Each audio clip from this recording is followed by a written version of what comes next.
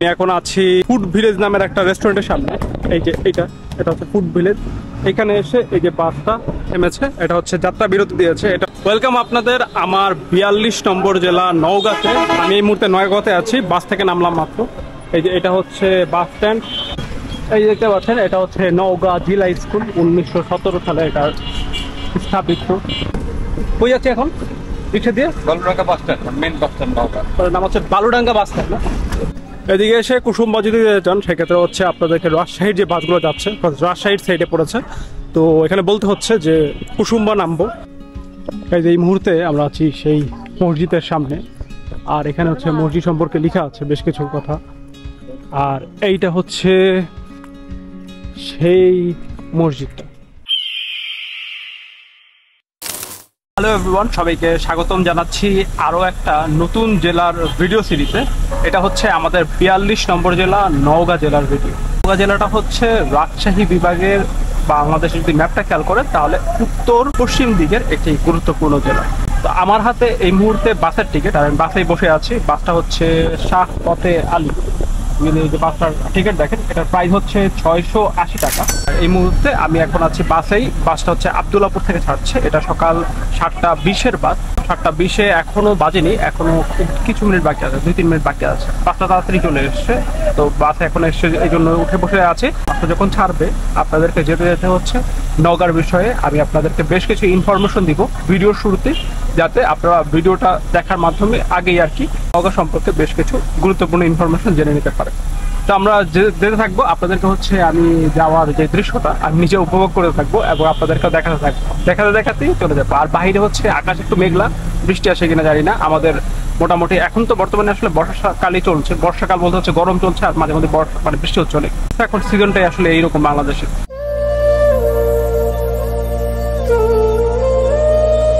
এবারে নওগাঁ যাত্রায় আমাদেরকে পাড়ি দিতে হয়েছে প্রায় 224 কিলোমিটার বাসে। তো এখন আপনাদেরকে নওগাঁ জেলা সম্পর্কে ছোট্ট করে কিছু ইনফরমেশন দিই। নওগাঁ জেলাটি হচ্ছে রাজশাহী বিভাগের একটি জেলা, আর এই জেলাটি প্রতিষ্ঠা হয় 1984 সালের 1 মার্চ। তার আগ পর্যন্ত কিন্তু এটা নওগাঁ মহকুমা নামে গণ্য করা হয়। নওগাঁ জেলার মোট আয়তন হচ্ছে 3435.67 বর্গ কিলোমিটার। আর এই জেলাটি হচ্ছে মাঝখানের একটি জেলা। যেমন এই জেলাটিতে আপনার যেতে হলে বগুড়া পার হয়ে যেতে হয়। তো এটার এক সাইডে পড়েছে বগুড়া, যদি আপনি ম্যাপের দিকে খেয়াল করেন। এক পাশে হচ্ছে জয়পুরহাট, আর এই দিকটাতে হচ্ছে চাঁপাইনবাবগঞ্জ এন্ড রাজশাহী, আর নিচ দিকে হচ্ছে নাটোর। মাঝামাঝি জায়গায় হচ্ছে নওগাঁ জেলার অবস্থান। নওগাঁ নামটার যে ইতিহাস সেটা কিন্তু বেশ চমৎকার একটা ইতিহাস। নওগাঁর যেই নও শব্দটা, এটা একটা ফরাসি শব্দ এবং এর মানে হচ্ছে নতুন, আর গা মানে হচ্ছে গ্রাম। তো এই দুটো শব্দকে যখন মিলানো হয় তখন এর অর্থ দাঁড়ায় নতুন গ্রাম। মূলত আত্রাই নদীর তীরবর্তী এলাকায় পূর্বে বেশ কিছু গ্রাম আসলে একসাথে, এখানে ছোট ছোট গ্রাম তখন গড়ে উঠে। তো যার কারণেই এই জেলাটার নাম তখন দেওয়া হয় নওগাঁ। আর এই নওগাঁ জেলাটাও কিন্তু সেই পূর্বের যে পুণ্ড নগরী ছিল সেটারই আসলে অন্তর্ভুক্ত ছিল। তো যেটা সম্পর্কে আমরা কিন্তু যে বগুড়ার ভিডিওটি আছে সেখানে বেশ ডিটেলসেই কথা বলেছি। আপনারা চাইলে ওই ভিডিওটা দেখে নিতে পারেন এই পুণ্ড নগরী সম্পর্কে জানতে। আমি এখন আছি ফুড ভিলেজ নামের একটা রেস্টুরেন্টের সামনে। এই যে এটা হচ্ছে ফুড ভিলেজ। এখানে এসে এই যে বাসটা থেমেছে, এটা হচ্ছে যাত্রা বিরতি দিয়েছে। এটা হচ্ছে আমরা হচ্ছে সিরাজগঞ্জে এরিয়াটা আছে, সিরাজগঞ্জ পার হয়ে পর হচ্ছে বগুড়া আগে। এটা হচ্ছে বগুড়ার মধ্যে একটা জায়গা আছে যেটার নাম হচ্ছে শেরপুর। আপনাদের জন্য হচ্ছে গুগল ম্যাপটা আপনি এটা এই মুহূর্তে দেখতে পাচ্ছেন। শেরপুর থেকেও আরো পেছনে আছে, মানে এটা হচ্ছে সিরাজগঞ্জের মধ্যেই পড়েছে। এটা হচ্ছে যাত্রা বিরতি 20 মিনিটের মতন। অলরেডি প্রায় 11টার কাছাকাছি বেজে এসছে। আমরা কিন্তু 7:20-এর বাসে উঠেছি। তো দেখা যাক আসলে যেতে যেতে কথা বল লাগে। যাত্রা বিরতি শেষ করে আমরা আবার শুরু করেছি যাত্রা নওগাঁর উদ্দেশ্যে। তো নওগাঁ যেতে আর খুব বেশি সময় লাগেনি এখানে, আমরা অলমোস্ট তখন কাছাকাছি চলে এসেছিলাম। আমরা হচ্ছে সিরাজগঞ্জের একটি জায়গায় এসে থেমেছিল বাস, সেখান থেকে দেন হচ্ছে আবার রওনা করেছে। তো আপনাদের সাথে দেখা হচ্ছে একদম এর পরবর্তীতে নওগাঁয় গিয়ে। ওয়েলকাম আপনাদের আমার 42 নম্বর জেলা নওগাঁতে। আমি এই মুহূর্তে নওগাঁতে আছি, বাস থেকে নামলাম মাত্র। এই যে এটা হচ্ছে বাস স্ট্যান্ড। আমি যে বাসে এসেছি সেটা হচ্ছে শাহ ফতে আলী, ওইটার বাস স্ট্যান্ড এটা। এই যে এখানে বাস, এটা দেখতে পাচ্ছেন অনেক বেশি। তো নর্মালি যেটা হয়, আমি হচ্ছে যে কোনো একটা জেলাতে গেলে তো হোটেলে থাকা হয়। এবার হচ্ছে আমি আমার এক বড় ভাইয়ের বাসায় যাবো, ওইখানে থাকবো আর কি। তার বাসাটা হচ্ছে এখান থেকে বললো যে মাস্টারপাড়া এরিয়াতে, এবং ওইখানে বললো যে লোকেশন যেটা দিয়েছে সেটা হচ্ছে মন্ত্রীর বাসা, বললেই নাকি চিনবে। এখান থেকে 30 টাকা ভাড়া লাগবে এরকম বলে দিয়েছে। তো এখানে আসলে হোটেল আপনাদেরকে এই জন্য দেখাচ্ছি না, বাট এখানে হোটেল আছে একদম এইখানে একটা আছে, যে হোটেল অবকাশ দেখতে পাচ্ছেন। তো এটাতে থাকিনি, বাট এখানে আপনার 400-500 টাকার মতন রুমের ভাড়া। আরো এদিকে আরো একটা এরকম আছে, 400-500-600 এর মধ্যেই হচ্ছে আপনার এখানে রুম পাওয়া যায়। বাট যেহেতু কোনোটা থাকছি না, এই জন্য হচ্ছে কি আপনাদেরকে সরাসরি কোনোটা রিকমেন্ডেশন করতে পারছেন। আপনারা এরকম আসলে এরকম পাবেন, একদম এই বাস স্ট্যান্ডের এখানেই আছে। তখন হচ্ছে রিক্সা নিয়ে আমি চলে যাবো হচ্ছে মাস্টারপাড়ার দিকে, দেখি এখানে রিক্সা পাওয়া যায় কিনা। একটা রিক্সায় উঠলাম, এই যে দেখতে পাচ্ছেন রিক্সা। আর রিক্সাতে হচ্ছে যেটা বললাম 30 টাকায় ভাড়া। থেকে যেহেতু বগুড়া খুব কাছাকাছি, তো এখানে সব জায়গায় বগুড়া থেকে আসতে যাচ্ছে। আমরা কিন্তু বগুড়া হয়ে এখানে এসছি। আর এই হচ্ছে এখানকার ফার্স্ট ইমপ্রেশন, নওগাঁর দেখতে পাচ্ছেন। পুরোটা হচ্ছে বাস স্ট্যান্ড, এই জন্য হচ্ছে অনেক বাস এখানে যেগুলো দেখছেন সব শ্যামলী, এই বিভিন্ন রকমের বাস থাকা যাওয়া। এবং আমরা তো নেমেছি একটু পিছনের সাইডে, এই তো সামনের পর্যন্ত পুরোটাই হচ্ছে বাস স্ট্যান্ড। এখানে পুরোটাই বাস, বিভিন্ন ধরনের বাস আছে।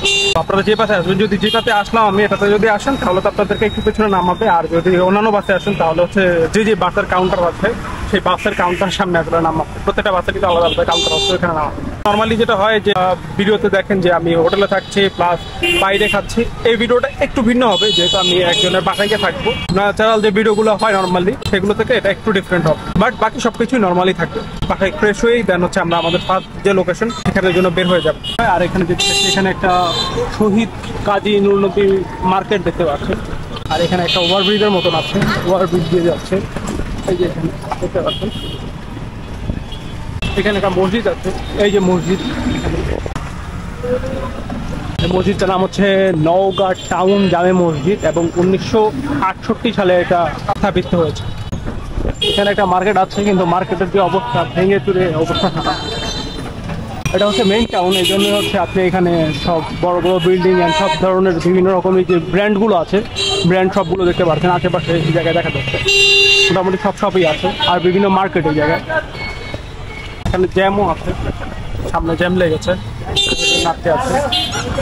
এই দেখতে পাচ্ছেন এটা হচ্ছে নওগাঁ জিলা স্কুল, 1917 সালে এটা স্থাপিত।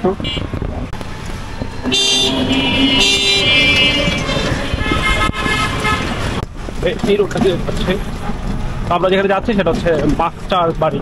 আমি এখন আছি সেই ভাইয়ার বাসায়, সেই ভাইয়ার বাসায় এসে উঠলাম। এটা হচ্ছে সেকেন্ড ফ্লোরে, এবং এটা হচ্ছে এই বাসাটা হচ্ছে আপনার মাস্টার পাড়া ভেতরের দিকে। এটা একটা মন্ত্রী বাসা বলে, ওইখানে আমরা ফার্স্ট যেখানে এসেছিলাম ওইটাই ঠিক ছিল, আমরা পরবর্তীতে আবার ঘুরে রং জায়গায় চলে গিয়েছিলাম। যাই হোক, এখন এই বাসায় এসেছি। এখন যেটা করবো সেটা হচ্ছে গোসল আমি অলরেডি করে ফেলেছি, ফ্রেশ হয়ে গিয়েছি। এখন হচ্ছে জাস্ট খাওয়া দাওয়া করবো, দেন হচ্ছে আমরা আমাদের লোকেশনের জন্য বের হয়ে যাবো। আমরা ফার্স্ট যাবো হচ্ছে এখানে একটা মসজিদ আছে, খুবই চমৎকার মসজিদ, সেটার নাম হচ্ছে কুসুম্বা মসজিদ। এখান থেকে অলমোস্ট 27 কিলোমিটার দূরে ওই মসজিদটাতে যাবো। দুপুরে খাওয়া শেষ করে এখন আমি যাচ্ছি হচ্ছে আমাদের যে ফার্স্ট লোকেশন সেইখানটাতে। তো এর বাসা থেকে বেরোলো, আমরা যাচ্ছি কই এখন? রিক্সাতে কই যাচ্ছি এখন? রিক্সা দিয়ে Baludanga bus stand, main bus stand Naogaon. ওর নাম হচ্ছে বালুডাঙ্গা বাস স্ট্যান্ড না? আচ্ছা, তো আমরা যাচ্ছি হচ্ছে বালুডাঙ্গা বাস স্ট্যান্ড। ওই ভাইয়ের বাসার এখান থেকে রিক্সা নিলাম, আর এখানে মানে রিক্সা ভাড়া হচ্ছে 30 টাকা। এই মুহূর্তে আমরা আছি এখন সেই বাস স্ট্যান্ডে। ওই যে বাস স্ট্যান্ড দেখতে পাচ্ছেন, এই জায়গা থেকে হচ্ছে আমরা যেখানে যেতে যাচ্ছি সেই জায়গার বাস যাবে। আমরা হচ্ছে কুসুম্বা মসজিদে যাব। এখানে হচ্ছে ভাইয়ার সাথে আরেকজন আছে, ভাগিনা। ওরা আসলে বাসে উঠতে সমস্যা, যার কারণে আসলে ডিসিশন নিতে পারছে না, যে আসলে বাসে মানে বমি করে আর কি বাসে উঠলে যাচ্ছে। তো এই জন্য আসলে সিএনজি তো দেখলো, বাট সিএনজিতে প্রায় 350 টাকার মতো যাচ্ছে। এখানে কিন্তু খুব বেশি দূরত্ব নয়, আমি যেটা দেখলাম যে গুগল ম্যাপে দেখাচ্ছে 30 মিনিটস, মানে 30 মিনিটের মতন লাগবে এখান থেকে বাসে যেতে, সেই কুসুম্বা মসজিদ যেতে। এটা হচ্ছে রাজশাহী রোডের দিকে পড়েছে। তো এদিক থেকে হচ্ছে দেখি এখন আসলে যদি বাস পাওয়া যায় তাহলে তো ভালোই, তাহলে বাসে সরাসরি চলে যাবো। এদিকে এসে কুসুম্বা যদি যান সেক্ষেত্রে হচ্ছে আপনাদেরকে রাজশাহীর যে বাসগুলো যাচ্ছে, রাজশাহীর সাইডে পড়েছে, বলতে হচ্ছে যে কুসুম্বা নামবো। সেক্ষেত্রে হচ্ছে এখানে অনেক বাসই আছে, যেটা আর কি আপনাদেরকে নিয়ে যাবে সেটাতে যেতে হবে। তো আমরা একটাতে সিলেক্ট করছি যেটা আসলে কুসুম্বা যাওয়া যাবে। 3 জন। আচ্ছা, 210 টাকা দেয়, 70 টাকা করে দিচ্ছি। তো 200 টাকা পুরো লেখেন, 10 টাকা। এই যেটা হচ্ছে বাস, ওনার নাম হচ্ছে কুসুম্বার সামনে, একদম কুসুম্বার মসজিদ যেটা আছে সেখানে। এই মুহূর্তে আমি আছি এখন মান্দাতে, এটা হচ্ছে মান্দা উপজেলা। এই যে এটা হচ্ছে যে গেট, আর এইখানে নেমেছে। এখানে দেখতে পাচ্ছেন, এই যে এখানে হচ্ছে গেটের গেট কুসুম্বা মসজিদে। এখান থেকে হচ্ছে কি একটু ভিতরের দিকে, তো এখান থেকে হচ্ছে ভ্যান নিতে হবে। এখান থেকে হচ্ছে 5 টাকা করে পার পার্সন আপনার এই কুসুম্বা মসজিদে। তো যেতে থেকে চলুন। আর এই হচ্ছে গিয়ে রোড যাওয়ার, এটা একটু ভিতর সাইডে পড়েছে এই কুসুম্বা মসজিদটা, নওগাঁ থেকেও। এটা হচ্ছে রাজশাহী যাওয়ার রোডে পড়েছে। আর এটার উপজেলার নাম হচ্ছে মান্দা, দেখতে পাচ্ছেন। মুহূর্তে আমরা আছি সেই মসজিদের সামনে। এখানে হচ্ছে মসজিদ সম্পর্কে লেখা আছে বেশ কিছু কথা। এইটা হচ্ছে সেই মসজিদটা, কালো পাথরের। এই হচ্ছে মসজিদ, আপনারা দেখতে পাচ্ছেন। এটা হচ্ছে বাংলাদেশের যে 5 টাকার নোট। আপনারা যদি খেয়াল করেন, আমি এই মুহূর্তে একটা ছবি দিয়ে দেবো এখানে। এই 5 টাকার নোটের মধ্যেও কিন্তু এই যে কুসুম্বা মসজিদ, এইটারই হচ্ছে ছবি দেওয়া আছে। তো এই হচ্ছে মসজিদটা, বিশাল মসজিদ দেখতে পাচ্ছেন। আপনাদেরকে এই মসজিদটা দেখানোর পাশাপাশি আমি এই মসজিদ সম্পর্কে আপনাদেরকে বিশেষ কিছু তথ্য জানাচ্ছি। এই মসজিদটা হচ্ছে আপনাদেরকে প্রথমে যেটা বললাম, মান্দা উপজেলায়। আর এটা হচ্ছে একটা ঐতিহাসিক নিদর্শন। এটাকে বলা হয় 1558 থেকে 1559 এই সময়টায় এটা স্থাপিত হয়েছে। সেই সময় ছিল আফগান শাসনামল অথবা হচ্ছে মুঘল শাসনামল, যে সময়টা বলা হয়। আপনারা হচ্ছে চাঁপাইনবাবগঞ্জের আমার ভিডিওগুলো দেখলেও দেখতে পারবেন। এই ধরনের কিন্তু অনেকগুলো মসজিদ আমরা এখানে দেখেছি সেই সময়কারই আর কি। এটা সেই সময়ে এটা যে তৈরি করেছে সে হচ্ছে শেরশাহ সুরির উত্তরসূরি গিয়াসউদ্দিন বাহাদুর শাহের শাসনামলে তার রাজ্যে একজন উচ্চপদস্থ কর্মকর্তা সুলতান গোজ এই মসজিদটা নির্মাণ করেছে। এবং এই মসজিদটাতে আপনি যদি খেয়াল করেন, এখানে এরকম গম্বুজ আছে 6টা। এবং এর বাইরেও বাইরের এবং এই যে দেয়ালের যে দেয়ালগুলো আছে, এগুলো তো দেখতে পাচ্ছেন যে খুব সুন্দর কারুকাজ করা আছে। এই যে প্রত্যেকটা জায়গাতেই আপনি দেখতে পারবেন এই যে এখানে এই যে সুন্দর এবং অনেক অনেক কারুকাজ করা আছে। আর এইরকম মিনার আছে টোটাল 6টা। এটা হচ্ছে আমরা একদম পেছনের যে সেই সাইডটাতে এসছি। এই যে দেখতে পাচ্ছেন পুরোটাই কিন্তু কালো একটা পাথরের। এবং এই মসজিদ সম্পর্কে আরেকটা মজার আপনাদের একটা তথ্য দিই। 1987 সালে এখানে একটা ভূমিকম্প হয়, কিন্তু সেখানে এই মসজিদটার তেমন কোনো কিছু হয় না, নর্মাল এরকমই আছে।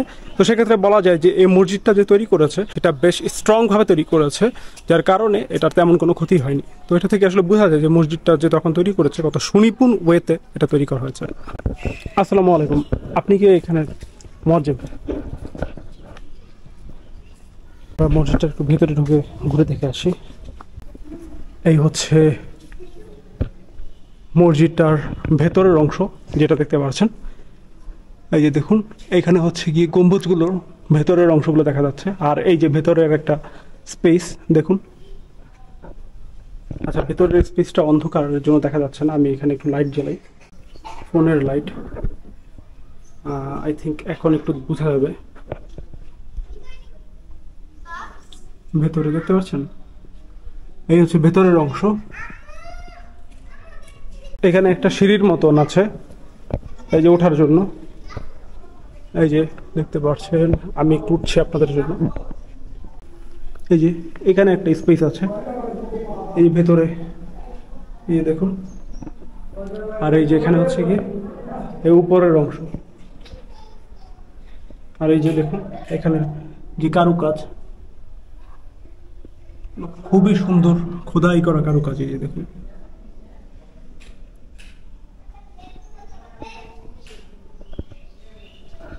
এই উপর থেকে এই মসজিদটা দেখা যায়। দেখুন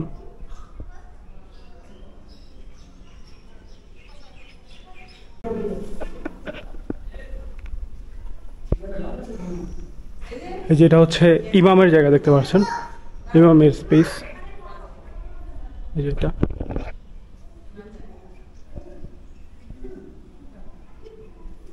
এখানে দেখতে পাচ্ছেন এই যে কারুকাজগুলো কত চমৎকার এই কারুকাজ করেছে। এই যে দেখুন পুরোটা হচ্ছে কালো পাথরের এই মসজিদটা।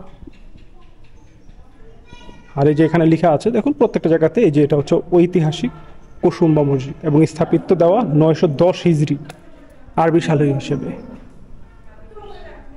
এই পুরোটা হচ্ছে মসজিদ। এই যে আমাদের পেছনের যে মসজিদটা, এটা হচ্ছে একটা দিঘি আছে। এই যে নিচে দেখতে পাচ্ছেন এখানে একটা ঘাট করা আছে, বেশ বড় ওই দিঘিটা দেখতে পাচ্ছেন। আর এদিকে ভালোই বাতাস, এখন হয়তো উইন্ডের সাউন্ড আসছে। আসলে কি ভিডিওটা এডিট করতে গেলে তখন বোঝা যায় যে কি অবস্থা। যখন রেকর্ড করি তখন তো সব বোঝা যায় না, বাট আই থিঙ্ক উইন্ডের আওয়াজও আসতে পারে। দেখতে পাচ্ছেন বিশাল একদিকে।